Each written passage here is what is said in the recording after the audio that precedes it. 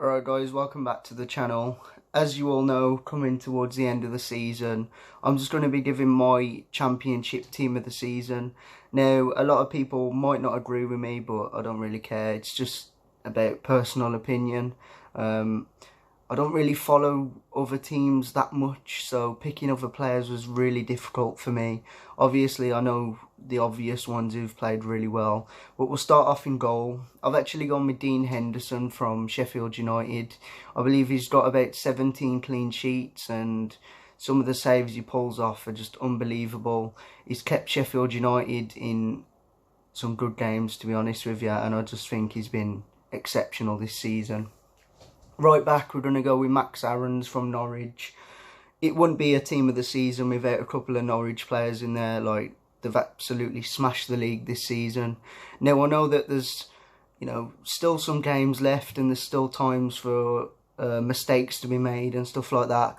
But at 19 years of age, I think Max Aarons has really proved himself for Norwich. I think he come through their academy and you can see Premier League teams being interested in him soon because he's really good. Centre-backs, I've gone with Charlie Mulgrew from Blackburn. Now, it was quite difficult picking centre-backs, to be honest with you, due to the fact, like I said, I don't really follow that many other teams. But it was between him and Jack Cooper from Leeds, who I think's been really good as well. But I think Mulgrew has been so important to Blackburn. 10 goals from a centre-back in a season's exceptional, and that's what he's got so far. My other centre-back is Jack O'Connell. I think he's really been solid for Sheffield United.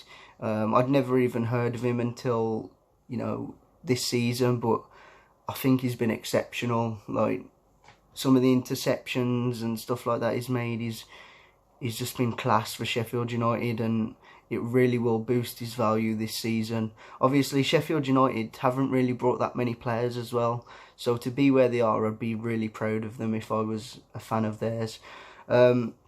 Left back, I've gone with Kieran Gibbs. Now, this might be a bit biased, but if you can name me a better left back in the league than Kieran Gibbs, I'll give you £100 because there is none. Like, literally, he's the most consistent left back I've seen. Even at my club, to be honest with you, and yes, it might be a bit biased, but I just can't think of anyone who's better than him in left back. I think he's really good. He's just exceptional, and he's a joy to watch as a footballer. Right mid, I've actually gone with Jared Bowen from Hull, currently on 21 goals and 4 assists. I mean, to get that in such an average side like Hull, actually that's a bit disrespectful. To get that in a side who don't exactly have amazing players, they've got a couple of good players in there. I think it's a massive achievement, and obviously teams like Tottenham and stuff like that sniffing around him, you can see why. Really talented player, and he's only going to get better, I think, and he definitely has to make my team of the season. Next one's Oliver Norwood. Absolute bargain for Sheffield United, in my opinion. He's been involved in 13 of their goals, and from centre mid, I just think he's been incredible. He's been immense. When I watched him against West Brom, I thought he was a really good player, and he's really deserved to be in the team of the season. Next one's actually got John McGinn. Now, I know he's a Villa player, but 6 goals, 9 assists, and for £3 million, you can't really complain if you're a Villa fan. I think McGinn's been a different class. Some of the goals he's scored as well have been absolutely unbelievable. And you know what? Every club would love a player like McGinn. His energy, his work rate, he covers every single blade of grass. And like I say, he can score some absolute screamers sometimes. And I've just been really impressed with him so far at Villa. Left mid, I've gone with Pablo Hernandez from Leeds. 12 goals and 12 assists. I think he's so underrated, to be honest with you. I think he's a really good player. Scores some really important goals for Leeds. Obviously sets up a lot as well, and I just think he's definitely deserved to be in my team of the season, and that's why he's in there. Now, moving on to the strikers. There's only one man who you can put in there, really, and that's Teemu Pukki. He's got to be the player of the year this season. I mean, he's absolutely smashed the championship. 27 goals and 9 assists so far, and there's still 3 games left. and it wouldn't surprise me if he got up to 30 goals. I think he's been the major difference for Norwich. Obviously, he didn't do so well at Celtic when he was in the Scottish League, but he's come to Norwich and he's absolutely smashed it this season. I just don't think Norwich could have gone up without his goals. He's been that important for them. Now, the next striker might be a little bit biased because I could have put Tammy Abraham in there. I could have put Sharp in there. But and Neil Mapai as well, just to name a few. But I've actually gone with Dwight Gale. 24 goals this season. And he's just probably one of the best Championship strikers you're going to come across. Doesn't always seem to cut it in the Prem, but his goals this season for West Brom have been really important. 2 hat-tricks this season, and you know, I just think he's a different class scale in the Championship. He knows where the back of the net is. His shot to goal ratio is absolutely brilliant as well. I would have put Abraham in there, but to be honest, this is not hating on him. He has to have like 4 or 5 shots to score a goal, sometimes Abraham. And I just think Dwight Gale's a lot more clinical than him. Subs bench, I've gone with Abraham. Like I said, he's a good striker. Scored some important goals for Villa.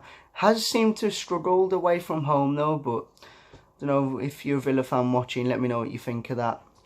Next one being Billy Sharp. I love Billy Sharp, to be honest with you. Like, I think he's a class player. Coming up, he's been at Sheffield United for absolutely ages, and he kind of reminds me of Glenn Murray, how important Murray is to Sheffield, to Brighton. But everyone would love a striker like Sharp in the team. He's good in the air, he's good with his feet, and you know, he's such a good player. Now the next one, Darren Randolph, a keeper. Now, he has the most clean sheets in the Championship, but to be honest, I just think Dean Henderson's a bit better than him in my opinion, so that's why he's on the bench. Next one's James from Swansea. I think I've been really impressed with him, and to be honest, I was a bit stuck who to put on the bench, so I've just really gone with anyone who I think's been good, really. The next one is Tyrone Mings from Villa. Now, I know he hasn't been there long, but ever since he's gone there, he's been absolutely brilliant. Hasn't really put a foot wrong for them, and to be honest, I think he's an absolute steal if Villa can sign him from Bournemouth. Did suffer with a lot of injuries, but you know, I think the Championship suits him, and if Villa do go up, which I hope not, he could be a massive part of why they've gone up. And that's it really. I know there's meant to be 7 subs, but I've only gone with a 5. But definitely my manager of the month, manager of the year would have to be Daniel Farke from Norwich. And the reason I say that is because the style of play, what he does play, is really attractive football. Obviously they've won the Championship, it looks like, and I think he's really transformed Norwich ever since he's come in. But guys, don't forget to like, comment, subscribe, leave your thoughts on who your Championship team of the season would be. Also, tell me if you don't agree with any of them. Like, I fully understand that some of it might have been a bit biased, but yeah, just leave your thoughts in the comment section down below, and I'll see you in the next one.